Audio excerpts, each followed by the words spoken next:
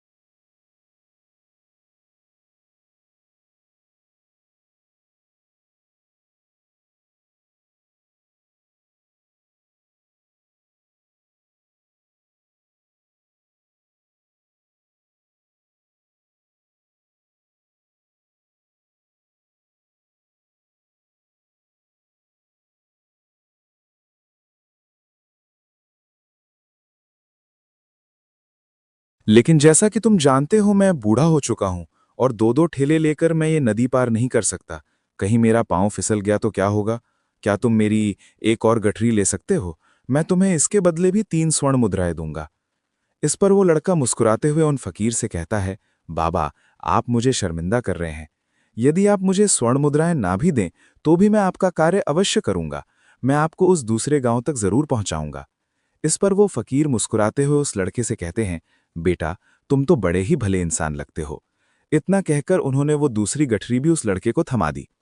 उस लड़के ने जब वो दूसरी गठरी अपने कंधे पर रखी तो वो गठरी भी उसे बहुत ज्यादा भारी लगी, लेकिन उसने वहां पर कुछ नहीं कहा। जैसे तैसे उन दोनों ने नदी पार की। नदी पार करने के बाद बातों बातों में ही उस लड़के ने उन फकीर से कहा, बाबा, आखिर इस दूसरी गठरी में क्या है? ये गठरी भी बहुत वजन है। इस पर वो फकीर उस लड़के को जवाब देते हुए कहते हैं, बेटा, इसमें चांदी के सिक्के हैं, इसी कारण ये गठरी में बहुत वजन है। उन फकीर की ये सारी बातें सुनकर अब उस लड़के का दिमाग तेजी से काम करने लगा था। वो ये सोच रहा था कि एक ठेले में तांबे के सिक्के हैं और दूसरी में चांदी के।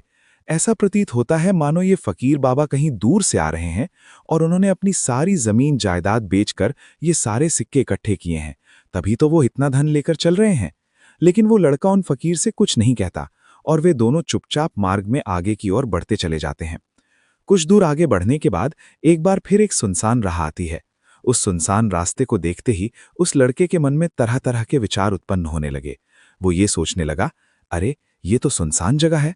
अगर मैं ये सिक्के लेकर यहां से भाग जाऊं तो ये फकीर मुझे कब तक दौड़ाएंगे? मुझे नहीं लगता कि वो मुझे कभी पकड़ पाएंगे। और यहां पर कोई है भी नहीं जो इनकी मदद कर पाए। और वैसे भी ये बहुत सारे सिक्के हैं, मैं इनसे एक अच्छी दुकान खरीद सकता हूँ, अपना नया व्यापार शुरू कर सकता हूँ। और वैसे भी ये बूढ़ा फकीर अब इन पैसों का क्या करेगा? इससे अच्छा तो मैं ही इन्हें रख लेता हूँ। वो लड़का ये सब बारे में सोच ही रहा था, तभी अचानक उसे खुद पर आश्चर्य हुआ। अरे, मैं ये क्या सोच रहा हूँ? ये फकीर बाबा न जाने कहाँ से आ रहे हैं और क्या खर्च करके उन्होंने इतने सारे पैसे इकट्ठा किए होंगे। मुझे इनका फायदा नहीं उठाना चाहिए। नहीं नहीं, मुझे ऐसा नहीं करना चाहिए। उसने कुछ देर के लिए तो अपने मन के विचारों को काबू कर लिया, लेकिन कुछ देर बाद उसके मन के विचार उस पर देखते ही देखते हावी होने लगे। वो लड़का दो ठेले लेकर उन फकीर के पीछे पीछे चल रहा था और कुछ दूर आगे चलने के बाद एक पहाड़ी आई। इस पर वो फकीर बाबा उस लड़के से कहते हैं, बेटा, ये पहाड़ी में नहीं चढ़ पाऊंगा। मैं काफी बूढ़ा हो चुका हूं और मेरे घुटनों में भी दर्द रहता है। यदि तुम मेरी तीसरी गठरी भी ले लो तो मैं तुम्हें 3 और स्वर्ण मुद्राएं दूंगा। लेकिन याद रखना, इसे कहीं गिराना मत, कहीं ये गठरियां खुल न जाएं। इस पर वो लड़का उन फकीर से कहता है, क्यों बाबा, आखिर इसमें ऐसा क्या है? इस पर वो फकीर उस लड़के से कहते हैं, बेटा, इसमें स्वर्ण मुद्राएं हैं। ये सुनकर वो लड़का मन ही मन बहुत प्रसन्न हुआ। उसने चुपचाप वो गठरी भी उन फकीर से ले ली और देखते ही देखते वे दोनों मार्ग में आगे की ओर बढ़ने लगे। अब वो फकीर बिना कोई वजन लिए हुए आराम से पहाड़ की चढ़ाई पर चढ़ रहे थे, किंतु वो नौजवान लड़का जो पीछे था वो वजन के कारण बहुत धीरे धीरे चल पा रहा था। लेकिन जब से उसने सोने का नाम सुना था उसका मन तो छलांग मार रहा था। वो मन ही मन सोच रहा था, अगर मुझे ये सारा धन मिल जाए तो मेरा पूरा जीवन तो आराम से कट जाएगा। वैसे भी ये बाबा तो बूढ़े हो चुके हैं, भला इन्हें इतने पैसों की क्या जरूरत है? इनका जीवन तो वैसे भी कट चुका है। मैं एक काम करता हूँ, ये सारे पैसे लेकर यहां से भाग जाता हूँ। लड़के के मन में अनगनत विचार उठ रहे थे। लड़के का मन अब उसकी बुद्धि पर पूरी तरह से हावी हो चुका था और उस लड़के का मन अपनी बात को सही साबित करने के लिए उससे कुछ भी कह रहा था। और तभी उस लड़के के मन में एक और विचार उत्पन्न हुआ और अब की बार वो लड़का ये सोच रहा था, लगता है ये फकीर बाबा कोई चोर हैं, वरना इनके पास इतनी सारी स्वर्ण मुद्राएं कहाँ से आएंगी? अगर ये कोई व्यापारी होते तो भला ये इस तरह से पैदल यात्रा को नहीं करते। और अगर इनके पास इतने सारे पैसे थे तो ये कोई ना कोई साधन भी तो अवश्य कर सकते थे। लगता है ये कोई चोर है और चोर से चोरी करने में भला क्या बुराई है? ये सोचता हुआ वो लड़का अब उन फकीर से तेजी से आगे की ओर बढ़ रहा था और देखते देखते वो फकीर से आगे भी निकल चुका था। और वो ये सोच रहा था कि जैसे ही इस पहाड़ की ढलान आएगी मैं तीनों गठरियां लेकर भाग जाऊंगा। इससे ये सारे पैसे मेरे हो जाएंगे और मेरी गरीबी भी हमेशा हमेशा के लिए दूर हो जाएगी। मैं जो चाहूंगा मैं वो कर पाऊंगा। मेरे पास बहुत सारा धन होगा। और देखते देखते वे दोनों पहाड़ की चोटी पर पहुंच गए और अब ढलान का रास्ता शुरू होने वाला था। तभी वो लड़का उन फकीर से नजरें बचाकर वो तीनों गठरियां लेकर भागता हुआ आगे बढ़ गया। अब उसे अपना शरीर बहुत हल्का महसूस हो रहा था, मानो उसे उन तीनों ठेलों का वजन तक न मालूम पड़ रहा हो। काफी दूर दौड़ते दौड़ते किसी तरह से वो अपने आप को बचते बचाते अपने घर पहुंचा। उसके खुशी का कोई ठिकाना नहीं था। उसने सोचा, क्यों ना मैं जल्दी जल्दी इन गठरियों में से वो सारे पैसे निकाल लूं। ये सोचकर जब उसने गठरियां खोलीं तो पहली गठरी में उसे लोहे से जंग भरे हुए सिक्के मिले। ये देखकर उसे यकीन नहीं हुआ। इस पर उसने फटाफट दूसरी गठरी भी खोल डाली। उसमें भी उसे लोहे के जंग लगे हुए सिक्के ही निकले। ये सब देखकर वो लड़का बड़ा हैरान था। आखिर ये सब क्या हो रहा है? उन फकीर ने तो मुझसे और ही कुछ कहा था। अब उसने वो सोने वाली गठरी खोली और उसमें भी लोहे के जंग लगे हुए सिक्के ही निकले। ये देखकर वो लड़का बड़ा क्रोधित हुआ। उसने सोचा, उन फकीर ने मुझसे झूठ क्यों कहा? उन्होंने मुझसे ऐसा क्यों कहा कि एक में तांबे के सिक्के हैं, एक में चांदी के और तीसरे में स्वर्ण मुद्राएं हैं? वो ये सब सोच ही रहा था, तभी उसकी नजर उस थैले में पड़े एक पत्र पर पड़ी। उसने वो पत्र उठाया और उस पत्र में लिखा था, ये पूरा नाटक ईमानदार व्यक्ति की खोज करने के लिए रचा गया है और मैं इस राज्य का राजा हूं। मेरी कोई संतान नहीं और इसीलिए मैंने ये षड्यंत्र रचा है ताकि मैं अपने राज्य में किसी एक ऐसे ईमानदार व्यक्ति की खोज कर सकूं जो मेरे बाद इस राज्य का राजा बन सके और इस राज्य भार को संभाल सके। और इस राज्य का भार वही संभाल सकता है जो पूरी तरह से ईमानदार हो, जिसके मन में किसी प्रकार का कोई लालच ना हो। इतना पढ़ते ही वो लड़का जोर जोर से चिल्लाने लगा। वो सर पकड़कर बैठ गया। वो ये जानता था कि यदि वो अपने मन के विचारों पर काबू कर लेता तो उसका जीवन संवर सकता था, लेकिन वो अपने मन के विचारों पर काबू नहीं कर पाया। दोस्तों, महात्मा बुद्ध कहते हैं कि मन ही सब कुछ है। आप जो सोचते हैं वही बनते हैं।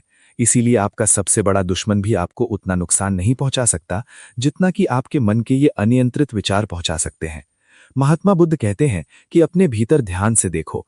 हमारे भीतर जो विचार चल रहे हैं वही विचार शब्द बनते हैं और शब्द कर्म के रूप में प्रकट होते हैं। बार बार दोहराने पर कर्म बर्ताव में बदलता है और धीरे धीरे समय के साथ बर्ताव चरित्र में परिवर्तित हो जाता है और यही चरित्र हमारे भाग्य का निर्माण भी करता है। इसलिए हमें हमेशा अपने विचारों के प्रति सजग होना बहुत आवश्यक है। हमें जागरूक होना बहुत आवश्यक है। हमें ये जानना जरूरी है कि हमारे मन में किस प्रकार के विचार आ रहे हैं।